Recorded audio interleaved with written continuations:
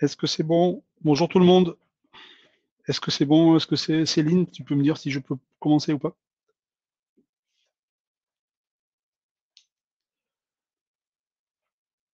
Allez, allez, on y va.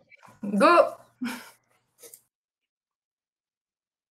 Oui, Céline, j'ai commencé à voir ton écran, à voir ta vignette.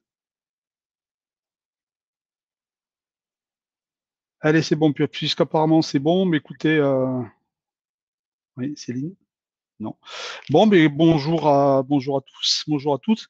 J'espère que vous allez bien. J'espère que vous êtes surtout confortablement installés. Et puis, je vous souhaite évidemment la bienvenue dans cette session. Donc, l'agilité depuis les fourneaux, où on va parler d'agilité. Et puis, on va aussi parler de cuisine. Et pour l'occasion, je me suis installé non pas dans mon bureau, mais dans ma cuisine. Ce qui, voilà, je ne s'attendais pas à être médiatisé de cette façon. Mais voilà, c'est juste pour le fun. J'ai une petite déco, il y a des fruits, il y a deux, trois bouteilles de pinard. Enfin bon, là, c'est pas important. Avant de commencer, quand même, un petit mot, normalement, si ça, voilà, un petit mot et un grand merci et un grand chapeau pour les organisateurs et un grand merci à tous les sponsors qui sans eux, enfin, cet événement ne serait pas ce qu'il est. Donc, un grand merci à tous et encore une fois, un grand merci, un grand coup de chapeau à nos organisateurs qui sont super disponibles, et qui peuvent, qui vous aident à répondre à résoudre tous les problèmes quand vous en avez. C'est super. Après avoir dit merci, on va dire un petit mot sur l'orateur. L'orateur, il s'appelle Vincent Martin. Il est coach agile et il travaille chez CGI. Et je vais recommencer la première personne. Comme je suis dans mon boulot de coach, dans mon boulot de formateur, j'aime bien évidemment utiliser des exemples et des métaphores pour expliquer ce que je raconte. Et je me suis dit que ce serait intéressant de partager avec vous tout un tas de métaphores, notamment dans un domaine qui paraît assez décalé et qui a priori, n'a pas grand-chose à voir avec l'agilité, c'est celui de la cuisine. Donc pourquoi est-ce que je viens vous raconter tout ça aujourd'hui? C'est parce que j'ai envie justement de proposer une vision décalée de l'agilité, apporter des métaphores un petit peu différentes de cette métaphore, de celle que vous connaissez bien, de celle de ce skate qui se transforme en voiture, qui est très bien, c'est pas la question. Mais c'est juste, bon, elle demande un petit peu d'explication, et puis voilà, j'avais envie de sortir des standards, et puis voir aussi établir des ponts, voir s'il n'était pas possible entre l'agilité et la cuisine, voir s'il n'existait pas des points communs, des pratiques dont on pouvait s'inspirer avec profit. Donc, maintenant, je vous invite à passer à table et voilà ce que le chef vous propose. Nous venons de passer les mises en bouche, il va y avoir des entrées, il va y avoir des plats. Donc, parmi les plats, le chef vous propose, écoutez, vous recommande son plat du jour, son burger, son carpaccio, magnifique. Et puis, nous essaierons de terminer par une petite note sucrée et des douceurs, ce sera les desserts. Et après, je pense que nous n'aurons plus faim. Donc, allez, pour commencer, en premier lieu, il y a deux choses que je voulais préciser avant de commencer ce discours. La première, c'est, je vais prendre des exemples, je vais prendre des personnages. Le premier de ces personnages, c'est Pierre. Pierre, vous le voyez, il est sur la gauche, là, c'est un web développeur. Il travaille dans une société de service, il travaille dans un open space. Ce qui est intéressant de remarquer, c'est qu'il travaille dans un environnement qui lui est dédié, un environnement de travail spécifique dédié. Paul, lui, il est cuisinier, c'est un chef cuisinier, il a sa cuisine, il a un restaurant qui marche plutôt bien, il fait 30-35 couverts par service. Lui aussi travaille en équipe, lui aussi travaille dans un environnement spécifique dédié. Et le troisième personnage, c'est Jacques. Jacques, c'est un artisan, il travaille aussi avec des collègues, une petite équipe, il travaille dans un atelier. Là aussi, c'est un environnement spécifique dédié. Là où je voulais en venir, c'est que ces trois personnages, en fait, donc ils travaillent dans un environnement, encore une fois, dans un atelier qui leur est dédié. Mais ce qui est intéressant de voir, c'est que fondamentalement, ces trois personnages font un travail de transformation. Ils prennent, pour le cuisinier et puis pour l'artisan, ils prennent à l'entrée des ingrédients, des matériaux, des matières premières, des pièces détachées, et ils en font soit des produits finis, soit des plats qui sont prêts à être composés, à être livrés, à être consommés sur place. Le fait que ce soit fini, c'est quand même important. Alors l'artisan, on ne sait pas trop ce qu'il fait, ça peut être des guitares, ça peut être des chaussures, ça peut être des trottinettes électriques, mais ce qui sort de son atelier, c'est utilisable, c'est prêt à être utilisé. C'est pareil, ce qui sort de la cuisine de Paul, c'est prêt à être consommé. C'est peut-être la première différence qu'il y a avec le travail de Pierre, qui lui aussi fait un travail de transformation, mais lui, il est plus sur l'immatériel, il est plus sur la transformation du besoin qui soit plus ou moins exprimé, hein. Ça peut être l'idée, mais ça peut être déjà quelque chose qui est relativement mature, mais il en fait quelque chose aussi d'immatériel. Il en fait une application web sur un téléphone portable, par exemple, mais lui, dans son cas, c'est pas forcément toujours fini. Entre le moment où il commence à travailler et le moment où l'application elle est sur le marché, le time to market, ben, il peut se passer un petit bout de temps. Autre point commun, ces gens-là ben, travaillent tous les trois avec des outils, évidemment, et normalement, ben, ils travaillent aussi en équipe. Voilà pour les points communs. La deuxième chose que je voulais voir avec vous avant de commencer, c'était l'agilité. Alors, pour parler d'agilité, je vais reprendre cette définition que j'aime beaucoup, que j'emprunte à Claude Aubry, qui citait dans son livre Comment devenir une équipe agile. Euh, pour lui, donc si je reprends cette définition, c'est l'agilité, c'est la capacité à créer des produits ou des services en procurant régulièrement de la valeur, tout en répondant aux changements dans un environnement incertain et turbulent. Alors, cette définition, je l'aime beaucoup parce elle met le focus à la fois sur la valeur, sur le côté positif, sur ce que ça apporte, et puis aussi sur sur le côté négatif, entre guillemets, sur les contraintes, tout ce à quoi il faut s'adapter pour pouvoir continuer à travailler. Et malheureusement, aujourd'hui, ben, l'actualité est là pour nous rappeler à quel point savoir s'adapter dans un contexte de pandémie, dans un contexte de confinement, y compris pour les restaurants, c'est extrêmement difficile. Donc voilà. Et ce que je trouve intéressant, c'est que si je m'en réfère à cette définition, livraison continue régulière de valeur, eh bien, il se trouve que Paul, eh bien, lui, il est agile. Parce que lui, le boulot de Paul, c'est de livrer de manière continue et régulière des plats à ses clients qui sont en salle. Donc c'est assez paradoxal, c'est assez amusant.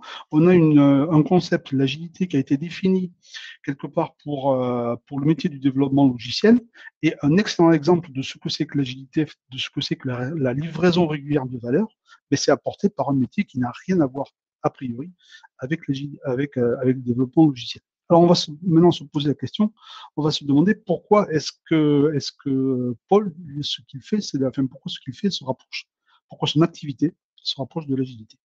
Alors, si on met le focus un petit peu ce qui est réalisé par Paul et par son équipe, on a un plat que vous voyez qui est très joli, qui est très appétissant.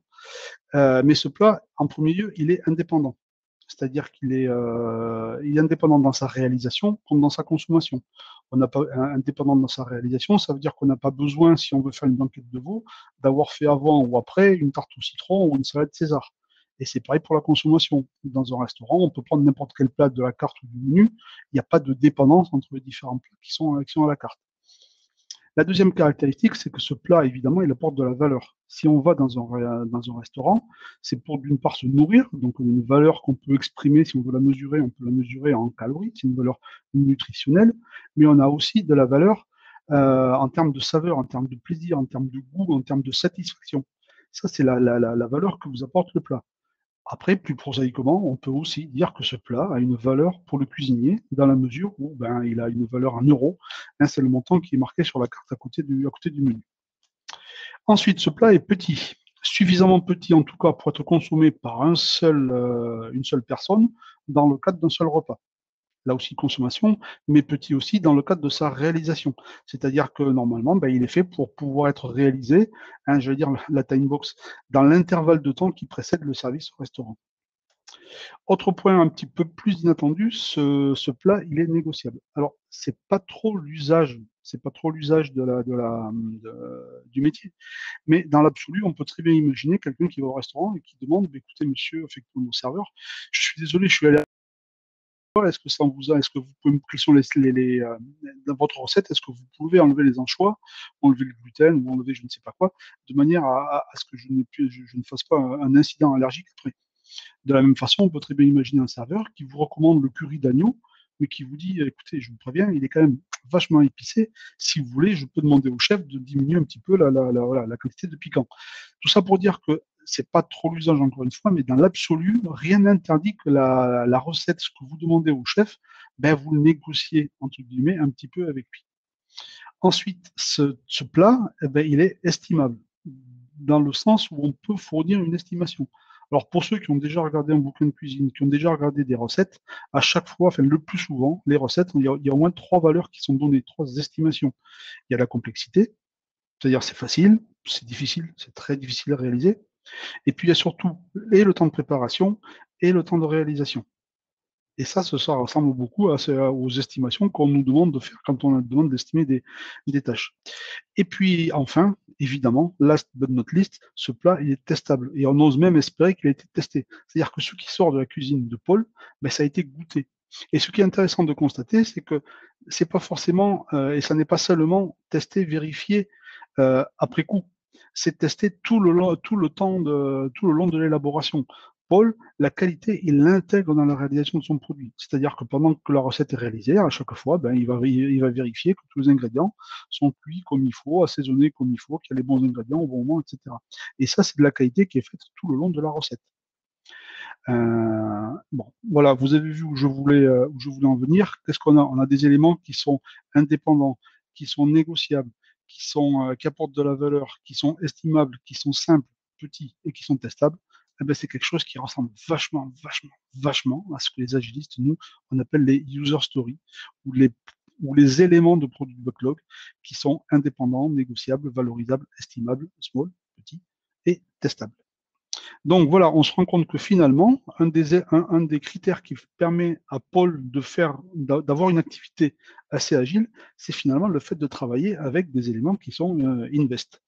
Et on se dit, bon, bah, tiens, super, maintenant, il n'y a plus qu'à travailler avec des éléments invest et on aura au moins les premiers éléments qui vont nous permettre de faire de l'agilité. Donc la question est, bah, ces éléments invest, comment je fais pour les terminer? Parce que globalement, je sais ce que c'est qu'une fonctionnalité, par exemple, mais comment est-ce que je fais pour en faire une user story quelque chose de suffisamment petit? Alors, il y a des tas de techniques, il y a des tas de spécialistes autour de cette salle, j'en suis sûr, qui sauront vous apporter une réponse.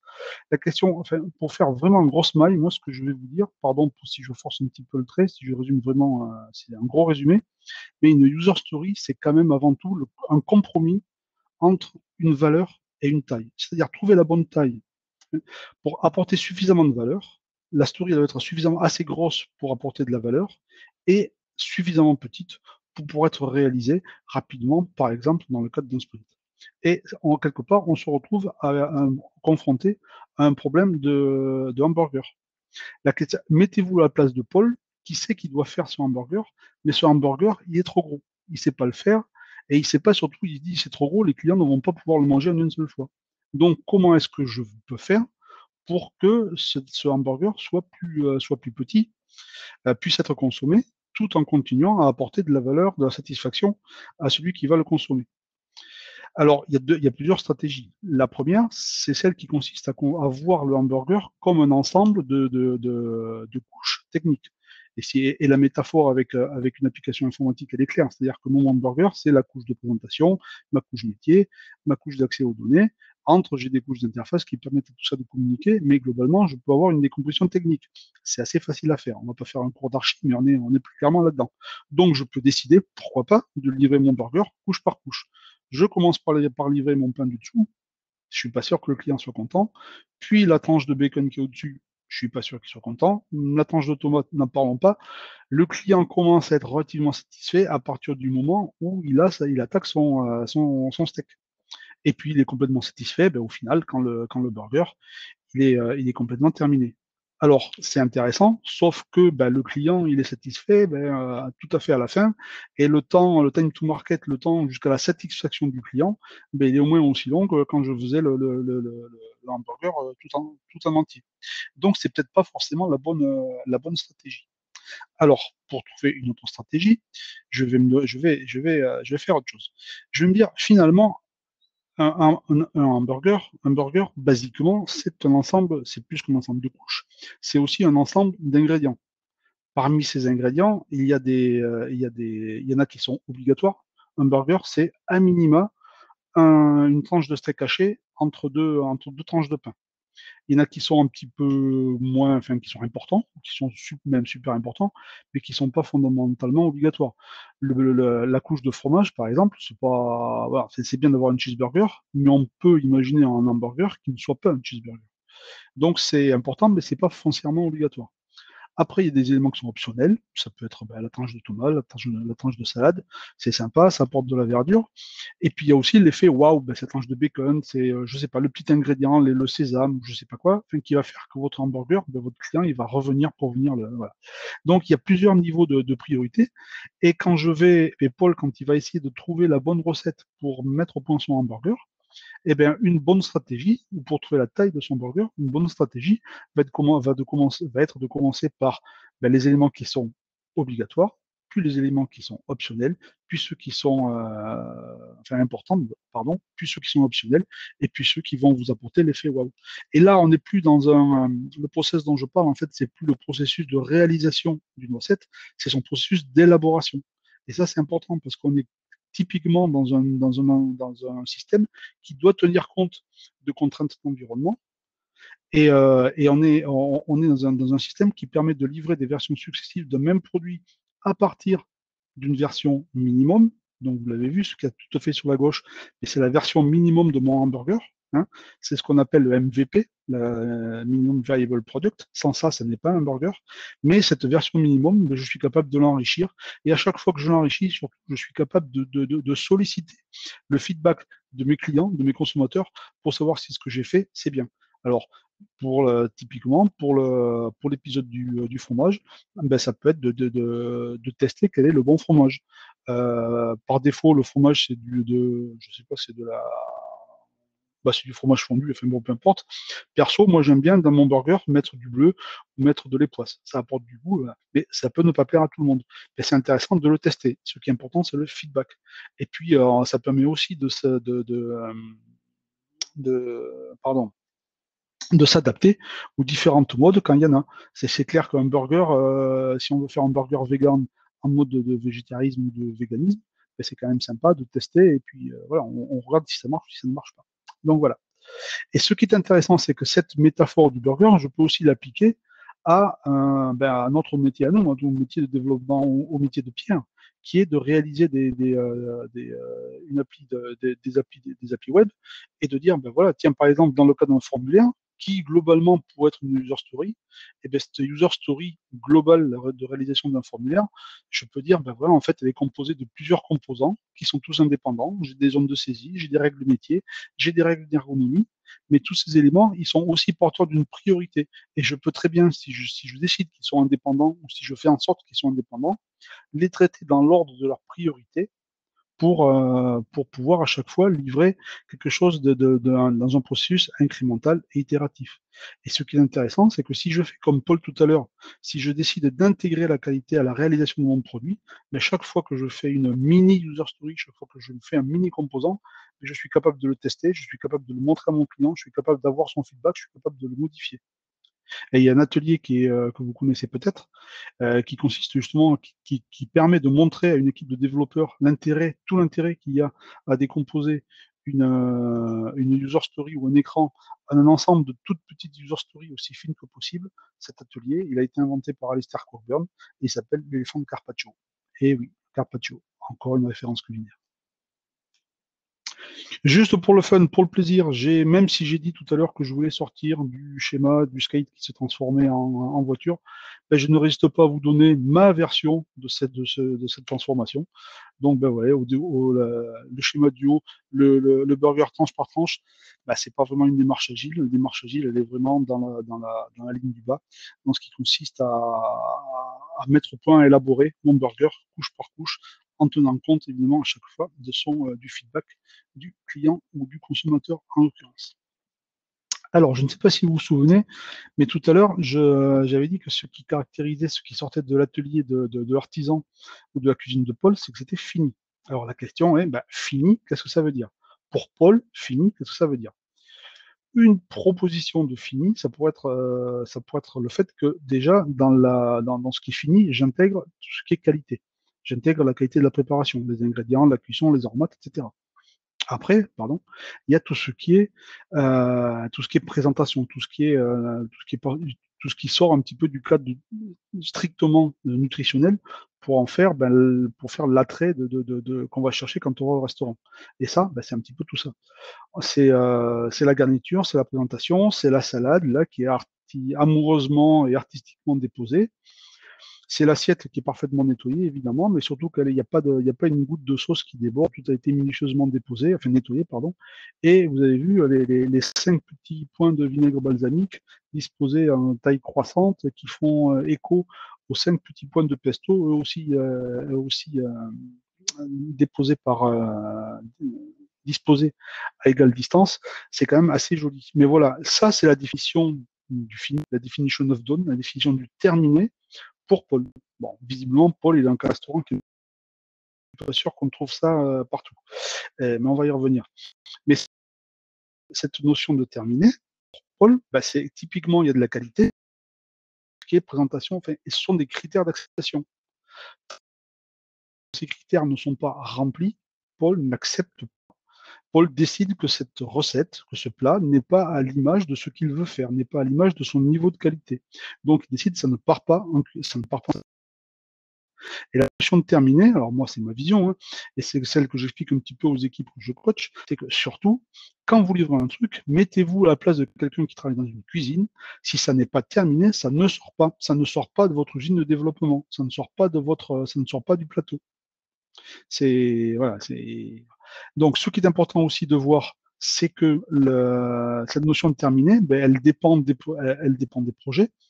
Elle dépend des restaurants, évidemment. Là, j'ai fait un laïus un petit peu long sur la notion de terminer, la definition of done chez Paul, mais on peut imaginer que dans un autre type de restaurant, cette notion de terminer soit un petit peu différente. Donc voilà, ce qui est important, aucune méthode agile ne vous dira la definition of done, c'est ça, ou c'est ça. Non, ce qu'elle dit, c'est à l'équipe de déterminer, de mettre au point en collaboration, évidemment, avec son client, une definition of done. Et ce qui est important, c'est pas tant la definition of done que de la respecter. Cette definition of done, elle doit être partagée, contractualisée, mais surtout elle doit être respectée. Ça ne sert à rien si vous dites que dans la definition of done, vous intégrez des tests, si en plus, bah, si ces tests, vous ne les faites pas. Ensuite, après la definition of done, il y a un autre concept qui est un petit peu réciproque. Vous avez certainement deviné de quoi je veux parler. Si je me penche sur le processus de transformation, puisqu'on est dans une activité de transformation, encore une fois, qu'il y a entre les pommes de terre que j'ai achetées chez mon primeur et puis les frites que je mets dans mon godet pour servir à mes clients. De transformation, donc il faut peler les patates, couper les frites, les faire cuire dans un premier bain, les faire cuire dans un deuxième bain. Il paraît que c'est important. Et même à un moment donné, il faut même rajouter du sel. Voilà. La question se pose, je suis Paul, je suis à la place de Paul, mes frites, enfin, à quel moment est-ce que mes frites, elles rentrent dans ma cuisine? Est-ce que moi, Paul, chef d'un resto étoilé, je vais prendre la peine moi-même de peler les patates à la main, les pommes de terre à la main, pardon. En d'autres termes, quand est-ce que je prends mes pommes de terre? Est-ce que je les prends là ou est-ce que je les prends là? Et c'est important parce qu'en fait, l'endroit où je vais décider de prendre mes pommes de terre, ou l'état dans lequel je vais prendre mes pommes de terre, c'est celui qui va déterminer donc l'entrée en cuisine de mes pommes de terre, et c'est celui qui va déterminer le fait de me dire mes pommes de terre sont prêtes à entamer leur processus de transformation. Elles ont été préparées. Donc c'est la différence, c'est la limite, la frontière qu'il y a entre la préparation et la réalisation. Et ça, c'est mine de rien, c'est vachement important parce que la préparation, de toute façon, faudra qu'elle soit faite. Donc, il faut savoir, ça conditionne beaucoup le temps que je vais passer en cuisine. Alors, ce qui doit être fait devra être fait. La question est, est-ce que je le fais avant ma recette? Donc, est-ce que c'est de la préparation ou est-ce que je le fais pendant mon process de transformation? Est-ce que c'est de la réalisation? Et ça a un impact, évidemment, sur la durée de la recette. C'est clair que si je veux faire des frites de manière rapide, j'ai tout intérêt à ce que tout soit préparé en amont. Si j'ai le temps de me faire des frites, et même plus que des frites, des petites pommes de terre sautées avec la persillade et tout ça, peut-être que je vais prendre le temps de les préparer moi-même. Ça a un impact sur le coût, sur la qualité j'allais dire, tout le processus de transformation. Est-ce qu'il est industriel, entre guillemets, ou est-ce qu'il est plus artisanal? Et donc ça, c'est la définition de Freddy. C'est ce qui conditionne, c'est ce qui me permet de dire que mes pommes de terre sont prêtes, sont ready à rentrer donc en cuisine, et toutes les actions que vous devez préparer, que vous devez réaliser, pardon, pour conduire ces pommes de terre à l'état ready, l'état qui conditionne leur entrée dans la cuisine, Ben, c'est ce que nous, quand on fait quand on fait des projets, c'est ce qu'on appelle le grooming ou ce qu'on appelle le mûrissement. C'est la préparation. Alors, il y a quelque temps, j'avais posté sur un réseau social quelque chose qui ressemblait à ça, ben voilà, qui résume un petit peu tout ça, hein, qui dit, ben voilà, une user story, enfin une recette quelque part, ça ressemble beaucoup à une user story. C'est petit, c'est porteur de valeur, c'est indépendant, voilà tout ce que je vous ai raconté. Et puis, voilà, comme vous voyez, on voit bien que sont indiqués le temps de mûrissement, le temps de réalisation.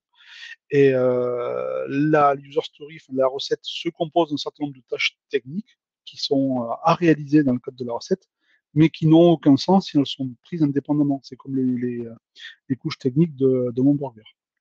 Voilà, voilà. Qu'est-ce que je pourrais rajouter d'autre? Rien de bien par rapport à ça. Après, en préparant cette présentation, je me suis quand même, enfin, il y aurait des tas de choses à dire sur des analogies entre la cuisine et puis l'agilité ou le développement logiciel.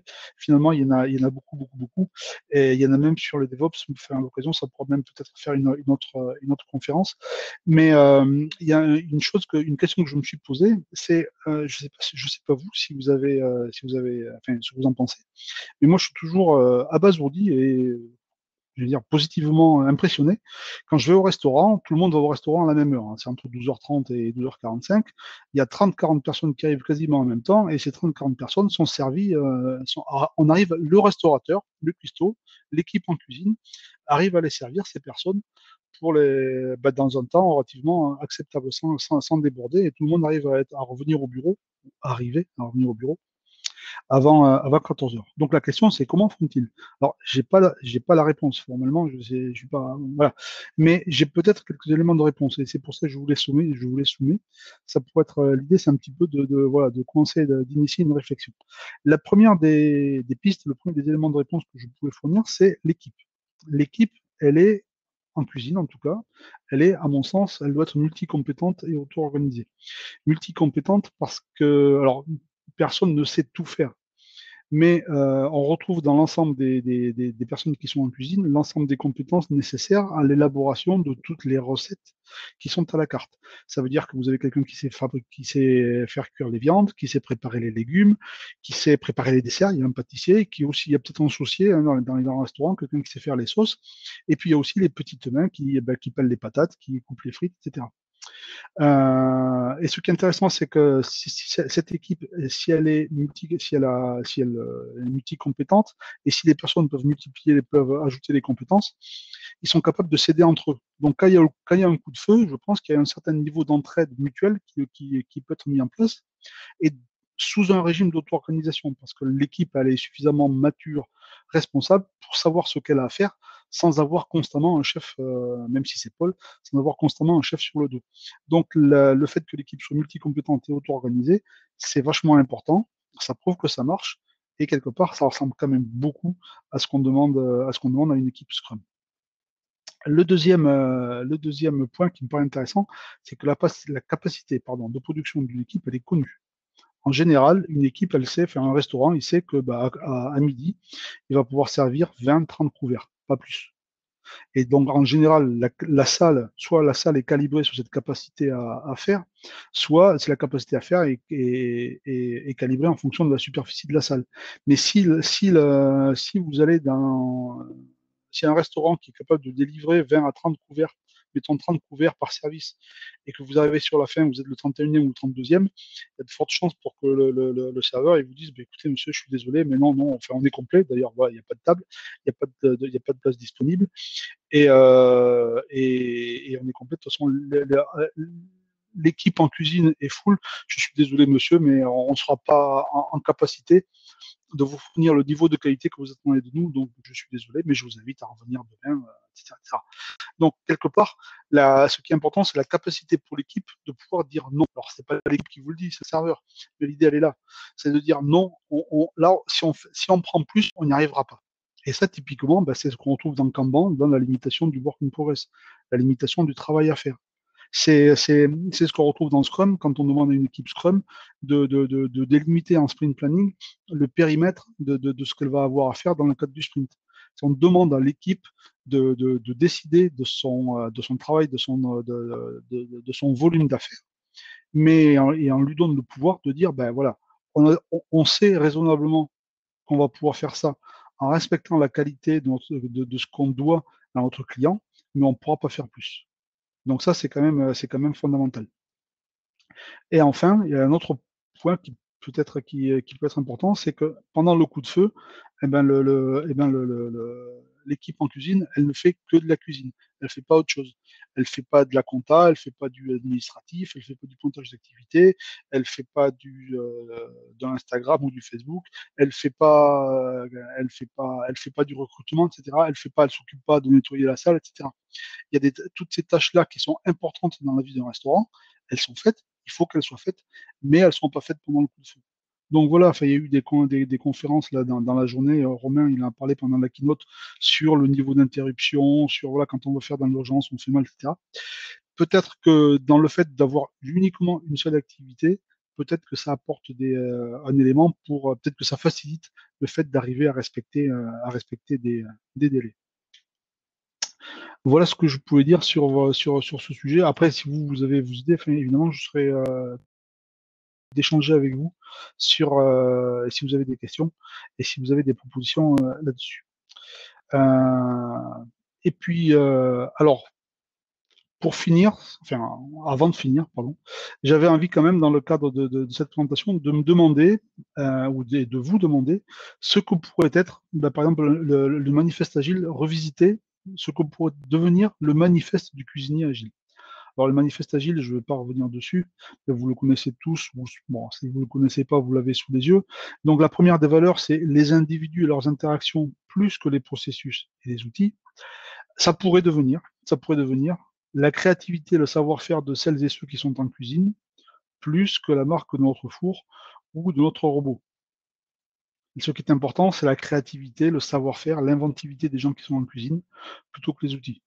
On ne dit pas que c'est pas important, c'est bien d'avoir un thermomix, c'est bien d'avoir des couteaux qui coupent, mais c'est quand même mieux, c'est ce que dit le manifeste agile, c'est ce que dit le manifeste de notre cuisinier agile, MCA. Ce que ça dit, c'est que la créativité et le savoir-faire sont plus importants. Après, je dis, je préfère avoir des plats bons et savoureux plus qu'un livre de recettes complet. C'est ma vision. Je trouve que ce qui est effectivement important, c'est c'est la satisfaction qu'on peut retirer de la dégustation d'un plat, plutôt que à la limite la calligraphie du menu ou le fait que le chef il est écrit un livre de recettes. Alors ça me fait juste penser, juste pour être juste un petit peu taquin, juste ce qu'il faut. J'ai une question. Est-ce que vous pensez que vous savez lire un livre de recettes, ou parce que vous avez lu un livre de recettes, est-ce que vous pensez que ça fait de vous un cuisinier?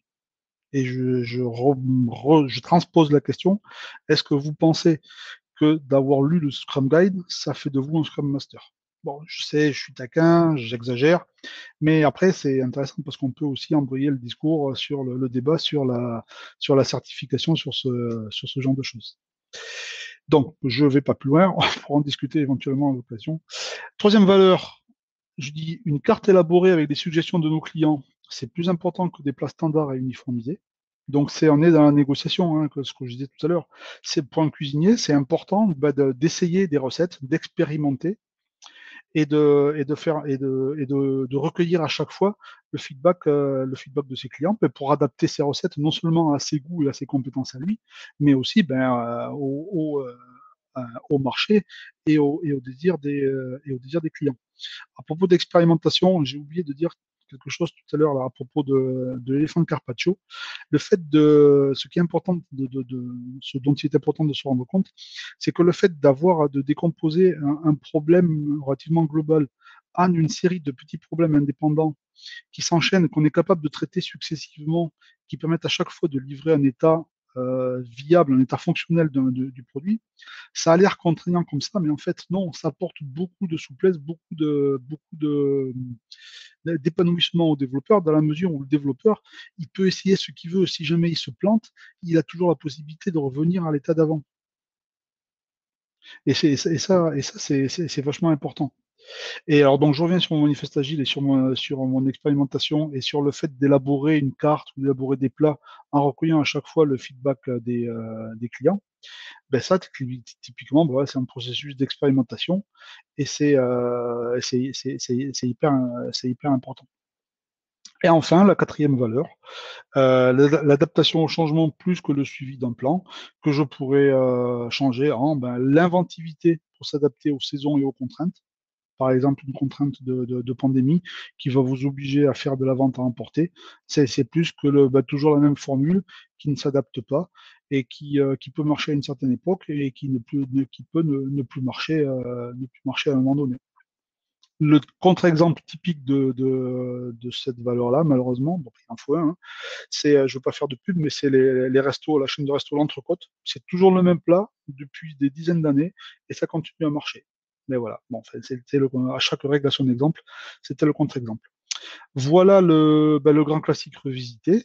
Et pour terminer, puisqu'il nous reste 2-3 minutes, on va terminer par une farandole de douceur. Alors pourquoi farandole de douceur? Justement parce que je voulais vous faire, pour vous remercier de m'avoir suivi pendant tout ce temps, je voulais vous faire un petit bisou. Donc le bisou, c'est KISS en anglais.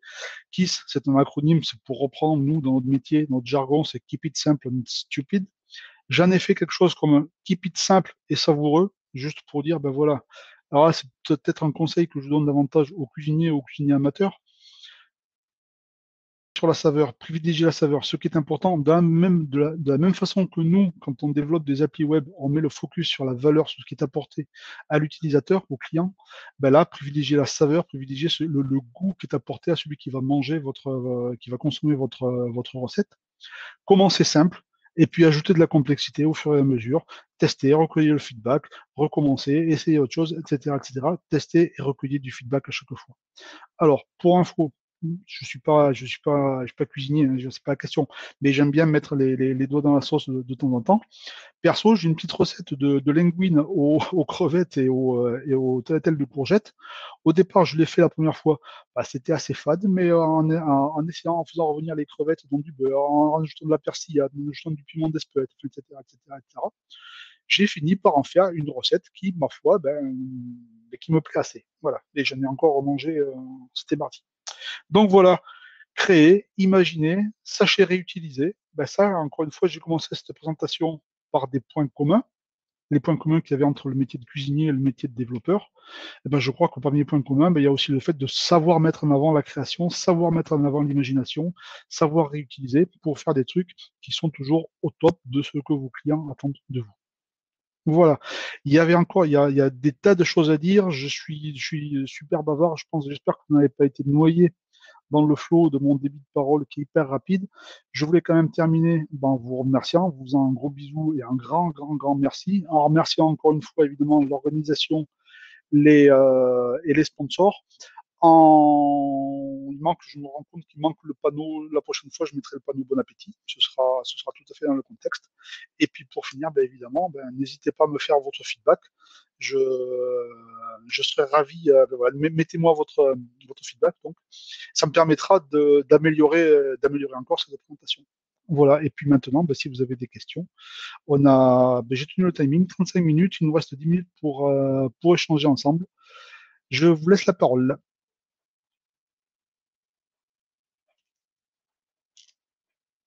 Céline, dis-moi s'il faut que j'arrête le partage ou pas.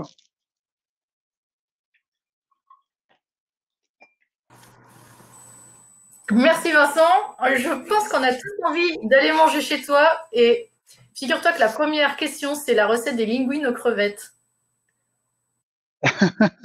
Je la mettrai quelque part, ouais. Et oui, c'est celle qui a le plus de votes.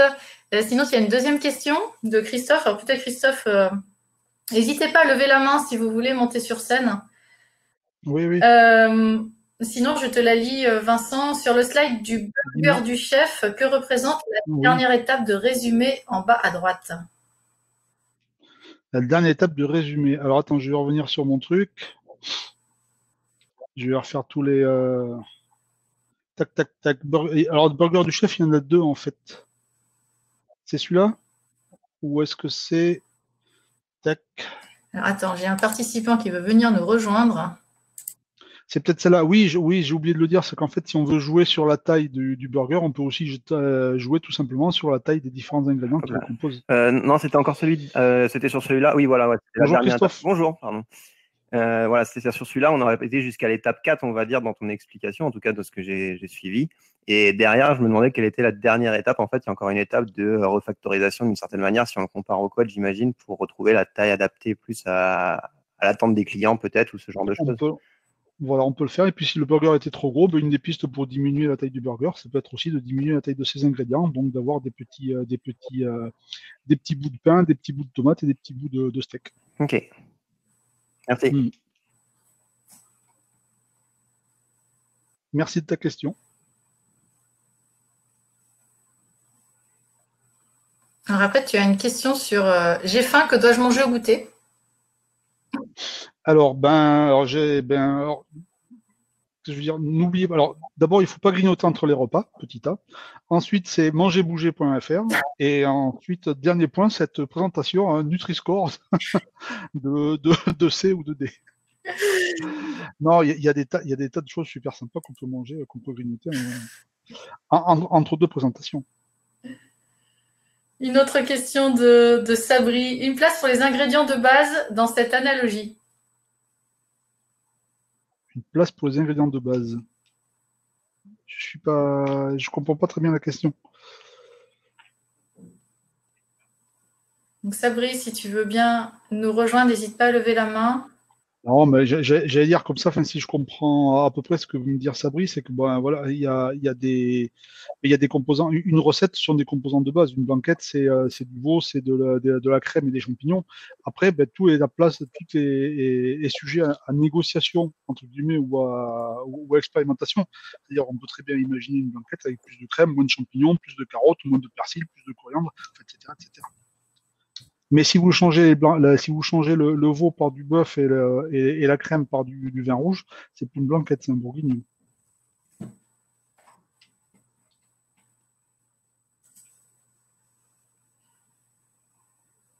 Est-ce que l'analogie avec la cuisine fonctionnerait toujours si le client pouvait demander ce qu'il veut comme plat en arrivant? Ah oui. Ah oui. Et en plus, là, pour le coup, on serait vraiment dans une cuisine agile. C'est-à-dire, effectivement, où il y a une négociation, il y a une proximité, il y a une proximité encore plus forte entre ce qui se fait entre le client et la cuisine. C'est-à-dire, le client, quelque part, c'est la plateforme de prod. Enfin, la salle de restaurant, c'est la plateforme de prod. Et la cuisine, c'est la plateforme de développement. Et c'est pour ça, comme j'ai juste évoqué rapidement tout à l'heure le DevOps, si on arrive à synchroniser les deux, on est vraiment dans du DevOps. Et si on arrive à faire échanger, à rapprocher encore, à mettre encore plus en proximité le client de la cuisine, on est typiquement dans une démarche typiquement agile, 100% agile à fond. On peut très bien imaginer que le client, il regarde ce qui se passe, il dit oulala, vous mettez trop de sel, oulala, vous mettez trop de piment, etc. Ah tiens, c'est curieux. Bon, ce serait peut-être un petit peu pénible pour le chef. Je dis pas. C'est comme vous quand vous avez un PO sur le dos tout le temps. Hein. Mais ça n'arrive jamais, ça. J'en ai parlé avec Maxime tout à l'heure, il m'a dit non, ça n'arrive jamais. Et si le client change d'avis au milieu de la fabrication, que se passe-t-il? Ça nous fait penser au PO qui change d'avis en plein milieu, tout ça. Alors, il a le droit. Il a le droit de changer d'avis. Il me semble s'il a consommé son burger, il faut qu'il paye son burger. Vous pouvez demander un burger, puis vous mettez le burger une fois qu'il est fait. Le changement, c'est pas parce qu'il est admis qu'il est gratuit. Donc effectivement, le client a toujours raison. Hein. Je dirais, vous demandez un burger, puis vous dites finalement, j'ai plus assez faim pour un burger, je veux une tranche de jambon. Si le burger s'il est parti en cuisine, vous payez les deux. Mais là, c'est du changement. Là, on est sur du changement de stratégie, d'orientation. Hein. Tout dépend là aussi du niveau de changement. Si vous demandez si votre burger vous le voulez avec du fromage, avec du bleu, et qu'après vous dites finalement tiens avec de lait poisse j'aimerais bien essayer, voilà c'est quelque chose qui peut se demander avec le cuisinier. Mais encore une fois, il y a deux processus agiles. Il y a celui de la réalisation, il y a celui de l'élaboration de la recette. Effectivement, si le chef il veut inventer un nouveau burger, il se dit tiens je vais mettre de lait poisse. il regarde ce qui se passe et il voit que le client, il n'aime pas ça. Il voit que le goût, je veux dire que le marché a changé. Mais il dit, non, c'est pas de l'époisse qu'il faut, c'est du bleu ou c'est du, je sais pas, ou du Saint-Marcelin, je sais pas. Mais voilà, le changement peut se faire aussi à ce niveau-là. Il y a le processus de réalisation d'une recette qui, pour le coup, n'est peut-être plus tellement agile parce que la recette, elle est bien connue, elle est bien calée. Mais là où ça devient agile, c'est dans l'élaboration de la recette. Et c'est là où il y a l'inventivité, la créativité, la collaboration et surtout le recueil du feedback du consommateur. Merci Vincent. On a 3 votes pour si le client dit j'ai 10 € et 30 minutes, qu'est-ce que je peux manger? Qu'est-ce que tu nous offres à midi, Vincent? J'avais pas 10 € et 30 minutes, ça c'est je sais pas, mais c'est dans ce cas-là, j'imagine que le serveur va revenir vers la salle et va demander à la salle, écoutez, on a un client qui a 10 € et 30 minutes devant lui, qu'est-ce que vous êtes capable de lui faire pour 10 € et en 30 minutes? Et je pense que c'est l'équipe en cuisine qui va dire, on peut lui faire un jambon beurre. mais avec une tarte au citron après. Parce que la tarte au citron, c'est bon. Est-ce que tu peux nous parler peut-être de la comparaison avec des équipes de développement? L'équipe de développement, c'est la brigade en cuisine. Hein. C'est elle qui décide de son rythme, de sa capacité, de son rythme de travail, de ce qu'elle a réalisé. Alors c'est contraint évidemment parce que elle le fait pas pour rien. Elle le fait en réponse à des besoins clients, à des besoins qui sont exprimés par un client. Mais c'est le rythme, c'est elle qui va décider de ce qu'elle fait, à quel rythme elle le fait. Et si elle pense que la charge de travail est trop importante pour qu'elle puisse faire un travail de qualité, elle ne le fera.